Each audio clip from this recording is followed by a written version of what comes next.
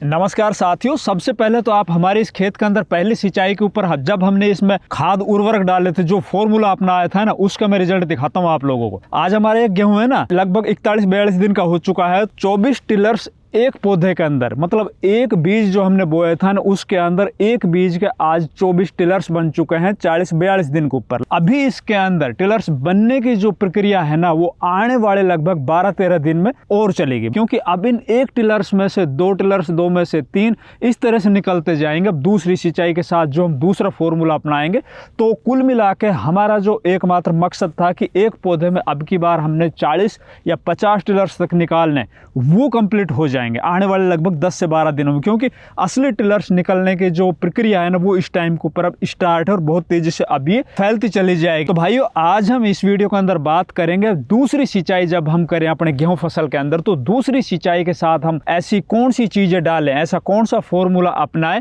जिससे कि हमारे खेत के अंदर से निकलने वाले टिलर्स और टिलर्स की संख्या है वो जबरदस्त तरीके से हो। क्योंकि भाई, पहली सिंचाई जितनी इंपॉर्टेंट होती है ना, उससे कहीं ज्यादा इंपॉर्टेंट होती है दूसरी सिंचाई। क्योंकि पहली सिंचाई के ऊपर तो आप जो भी खाद उर्वरक डाल रहे होते हो ना, उसके अंदर आप अपनी फसल की जड़ों को मजबूत कर रहे होते हो, नीचे तक उसकी जो क्राउन रूट्स निकलेगी और क्राउन रूट्स के साथ जो व्हाइट रूट्स आएगी जमीन के ऊपरी सतह के ऊपर, वो चल रही होती है। उसके साथ टिलर्स की संख्या बननी स्टार्ट हो जाती है। दूसरी सिंचाई जब आप करते हो, तो दूसरी सिंचाई के जो आने वाले लगभग 10 से 15 दिन होते हैं ना, वो गेहूं फसल के अंदर सबसे इंपॉर्टेंट होते हैं। इसी टाइम के ऊपर आपका गेहूं का एक पौधा ज्यादा से ज्यादा टिलर्स निकाल रहा होता है, और ज्यादा से ज्यादा जो टिलर्स निकल रहे होते हैं ना, वो आगे चलकर प्रोडक्टिव टिलर्स के अंदर किस तरह से तब्दील होंगे। क्योंकि भाई, टिलर्स निकालना ही सबसे बड़ी चीज नहीं होती है। आप टिलर्स तो निकाल लो भाई, एक पौधे के अंदर 50, लेकिन उनके अंदर से अगर आधे टिलर्स ही आपके प्रोडक्टिव टिलर्स के अंदर तब्दील हो और आधे टिलर्स से वो नीचे छोटे रह जाएं या फिर उनके अंदर छोटी बालियां आए, तो भी उत्पादन आपका अच्छा नहीं निकल पाएगा। तो अभी जो हमारी दूसरी सिंचाई, वो सबसे ज्यादा इंपॉर्टेंट है। इस टाइम के ऊपर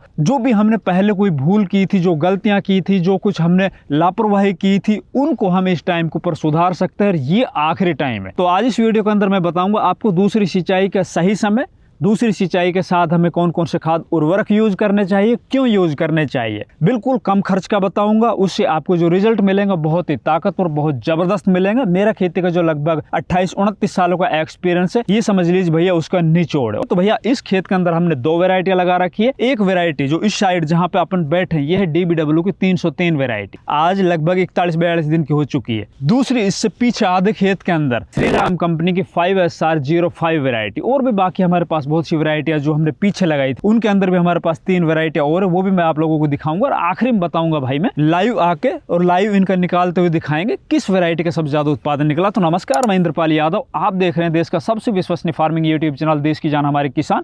अगर अभी तक ये चैनल आपने सब्सक्राइब नहीं किया और आप गेहूं से अच्छा उत्पादन लेना चाहते हो, या फिर खेती के अंदर आप कुछ नए आयाम स्थापित करना चाहते हो, तो आज ही हमारे इस चैनल को सब्सक्राइब कर लीजिए। साथ ही वीडियो को लाइक और दूसरे किसान भाइयों तक शेयर करना तो बिल्कुल नहीं भूलना है। भाई, दूसरी सिंचाई करने से पहले सबसे पहले तो आपको एक चीज के ऊपर ध्यान देना। अगर आप वो काम कर चुके हो तो बहुत अच्छी बात है, अगर नहीं किया है तो आपको निहायत ही जरूर कर लेना। वो काम है, अगर आपके खेतों के अंदर किसी भी तरह के खरपतवार जर्मिनेट हो चुके हैं पहले सिंचाई करने के बाद, वो अवस्था होगी लगभग 30 दिन की, 32 दिन की, 35 दिन की, तो आपको इन खरपतवारों को नियंत्रित कर देना है। अब खरपतवार देखो, चौड़ी पत्ती वाले भी उगेंगे और बहुत सी जगह पर सकरी पत्ती वाले भी उगेंगे। चौड़ी पत्ती के अंदर जैसे कि बथुआ है, पालक घास है, गाजर घास है, और भी बहुत से होते हैं। सकरी पत्ती में जई है, मंडूसी है। मंडूसी वाले किसान तो बहुत ज्यादा परेशान है ना। उनके अंदर अलग अलग तरह के टेक्निकल आते हैं, जैसे कि चौड़ी पत्ती के अंदर आप अलग्रिप आता है, या फिर और दूसरे मेटसल्फ्यूरोन मिथाइल जो आता है ना, कोई भी कंपनी का आप लीजिए, बाकी अलग्रिप अच्छा रिजल्ट देता है, वो आप ले सकते हो। इसके अंदर आप लगभग 8 ग्राम से लेकर 12 ग्राम पर एकड़ के हिसाब से डोज रख लीजिए।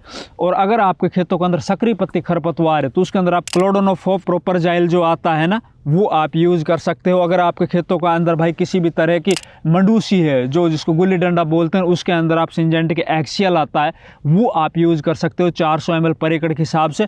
और जो मंडूसी है उसके ऊपर सेपरेट वीडियो हमने पीछे अभी अपने चैनल के ऊपर अपलोड किया है, उसको देख लीजिए किस तरह से हमें एक्सियल यूज करना है, कितनी मात्रा पानी की लेनी है, किन के साथ मिलाना है, किन के साथ नहीं मिलाना है। तो भैया चलो, सबसे पहले तो अपन बात कर लेते हैं, जब अपन ने पहली सिंचाई की थी, पहली सिंचाई हमने 21 दिन के ऊपर या 25 दिन के ऊपर कर दी होगी, और निहायत ही जरूर। हमने आपको पहले उस टाइम पर बताया था कि उस टाइम के ऊपर आपने कौन कौन से खाद देने, अगर वो खाद आपने दिए तो आपकी फसल बहुत अच्छी होगी, इस टाइम के ऊपर लस ग्रीन होगी, बहुत शानदार चल रही होगी इस तरह से। लेकिन अभी भी कुछ कमियां हैं, उनको पूरी हम इस दूसरी सिंचाई के अंदर कर देंगे। तो सबसे पहले तो आपको इस दूसरी सिंचाई के अंदर क्या करना है, जो यूरिया की जो बची हुई डोज है, आपने अगर हाई यील्डिंग पोटेंशियल वेराइटियां लगा रखी है, जैसे कि DBW की वेराइटियां हैं, WH की वेराइटियां हैं, श्री राम की कुछ वेराइटियां हैं, अगर इस तरह की आपने कोई वेराइटी लगा रखी है और आप इनसे तगड़ा उत्पादन लेना चाहते हो तो आपको गेहूं के अंदर कम से कम आपको 2 से 2.5 बैग यूरिया के डालने पड़ते हैं। तो उसके अंदर आपने 1 बैग या 1.5 बैग आप पहली सिंचाई के ऊपर दे चुके हो या बुआई के टाइम पर दे चुके हो, और बाकी जो बचा हुआ यूरिया है आपका, वो आपको जरूर इस टाइम के ऊपर दूसरी सिंचाई के अंदर डाल देना है। चाहे वो आपका 30 किलो पर एकड़ का यूरिया बचा हो या फिर पूरा 1 बैग 45 किलो पर एकड़ का यूरिया बचा हो, आपको ये यूरिया इस टाइम के ऊपर डाल देना है। यूरिया की कोई भी मात्रा आपको आगे के लिए नहीं बचानी है। अब बात आती है दूसरी भाई, जिंक सल्फेट। अब जिंक सल्फेट अगर आपने पहली सिंचाई के ऊपर पहले डाल चुके हो, आप 21% वाला 33% वाला हमने पहले आप लोगों से बताया था, अगर आप उस टाइम के ऊपर यूरिया के अंदर जिंक सल्फेट मिला के डाल चुके हो, बहुत अच्छी बात है, आपकी फसल के अंदर जिंक के परिणाम दिखाई देने स्टार्ट हो चुके होंगे, बिल्कुल उसके अंदर क्लोरोफिल अच्छे से बन चुका होगा, हरी भरी आपकी फसल होगी।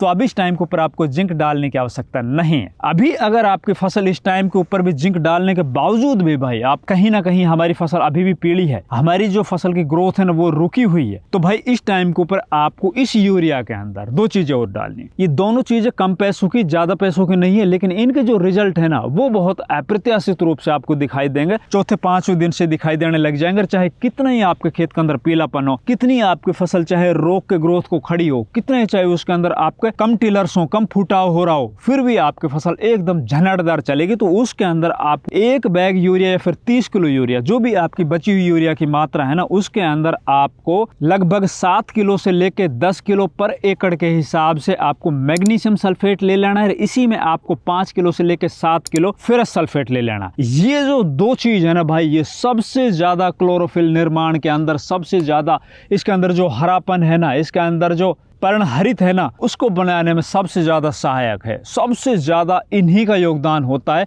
अगर आपके खेत के अंदर इन दोनों माइक्रोन्यूट्रिएंट की कमी हो जाती है, इन दोनों पोषक तत्वों की किसी भी तरह से कमी हो जाती है, और हमारे देश के अधिकतर खेतों के अंदर इनकी कमी होती है, क्योंकि किसान है ना वो अपनी फसलों के अंदर इनको ज्यादा तरजीह नहीं देता है। वो ज्यादा से ज्यादा यूरिया के साथ या तो सल्फर डालने लगा है अभी, या फिर ज्यादा से ज्यादा वो जिंक डाल लेता है, या फिर अभी 1-2 साल से एक और हवा बहुत तेजी से मचा हुआ है भाई, माइक्रोराइजा के नाम के ऊपर भी भाई किसान बहुत ज्यादा पैसे लुटा रहा है, जिसका कोई लेना देना नहीं होता है। पता नहीं कौन कौन सी कंपनियां, कितनी कंपनियां क्या क्या भर भर के बेच रहे माइक्रोराइजा के नाम के ऊपर, और साथ ही इसके अंदर ह्यूमिक एसिड, इस तरह के भाई एसिड वेसिड के चक्कर में भी किसान बहुत तेजी से फंसा हुआ है। तो मेरा तो मानना है, मैंने कभी भी इस तरह के कोई प्रोडक्ट आप लोगों से नहीं बताए होंगे, क्योंकि मैं यूज करता ही नहीं इनको, और अगर करता भी हूं तो मेरे को पता है किस प्रोडक्ट के अंदर ताकत है, एक्चुअल में कौन सा रिजल्ट देता है। बाकी अभी मेरा मानना है कि गेहूं वेहूं के अंदर इनकी कोई आवश्यकता नहीं होती है। आपको ये दोनों प्रोडक्ट है ना वो दूसरी सिंचाई के अंदर यूरिया के साथ मिला के निहायत ही जरूर अपने खेत के अंदर डाल देना है। अगर आपकी फसल अच्छी भी चल रही तो भी आप 5 किलो मैग्नीशियम सल्फेट और 5 किलो फेरस सल्फेट है ना उनको मिला के डाल दो भैया, जरूर आपका उत्पादन आगे चलकर बढ़ेगा, कोई नुकसान नहीं होगा, जरूर इसके आपको बेनिफिट दिखाई देंगे। बहुत कम पैसों की आती, ज्यादा पैसों की भी नहीं आती है। तो यहाँ तक तो है ब्रॉडकास्टिंग, जो अपन को नीचे से खाद देना है ना सिंचाई के साथ, ये चीजें जब डालने जा रहे हो ना आप, चाहे आप मैग्नीशियम सल्फेट डालने जा रहे हो चाहे फेरस सल्फेट डालने जा रहे हो, इनके अंदर आपको ये सावधानी रखनी कि ये चीजें आपको यूरिया के अंदर मिलाकर पहले डालने, सिंचाई से पहले। सिंचाई के बाद अगर आप खाली यूरिया डाल रहे हो तो ही आप ऊपर से डाल देना, उसके रिजल्ट आपको मिल जाएंगे। फिर बात आती है इसके अंदर भैया ऊपर से हमें इसके अंदर क्या कुछ करना है।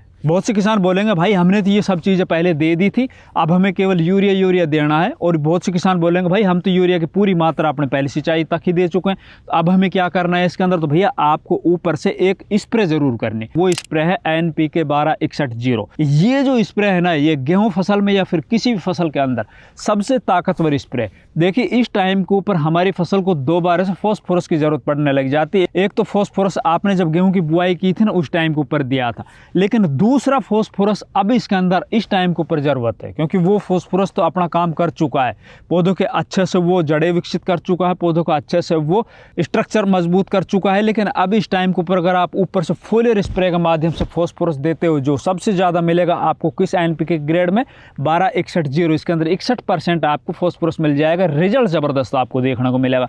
वो आप ले लीजिए 1 किलो पर एकड़ के हिसाब से लगभग 120 से 150 लीटर पानी में। और इसी में आप, अगर आपने जिंक सल्फेट पहले दिया था ठीक है, नहीं दिया था ठीक है, अगर आप चाहो तो इसके अंदर आप चिलेटेड जिंक भी ले सकते हो, 100 ग्राम से लेकर 125 ग्राम पर एकड़ के हिसाब से इसी स्प्रे के अंदर आप मिलाकर अपनी खड़ी फसल के ऊपर आपको स्प्रे कर देना है।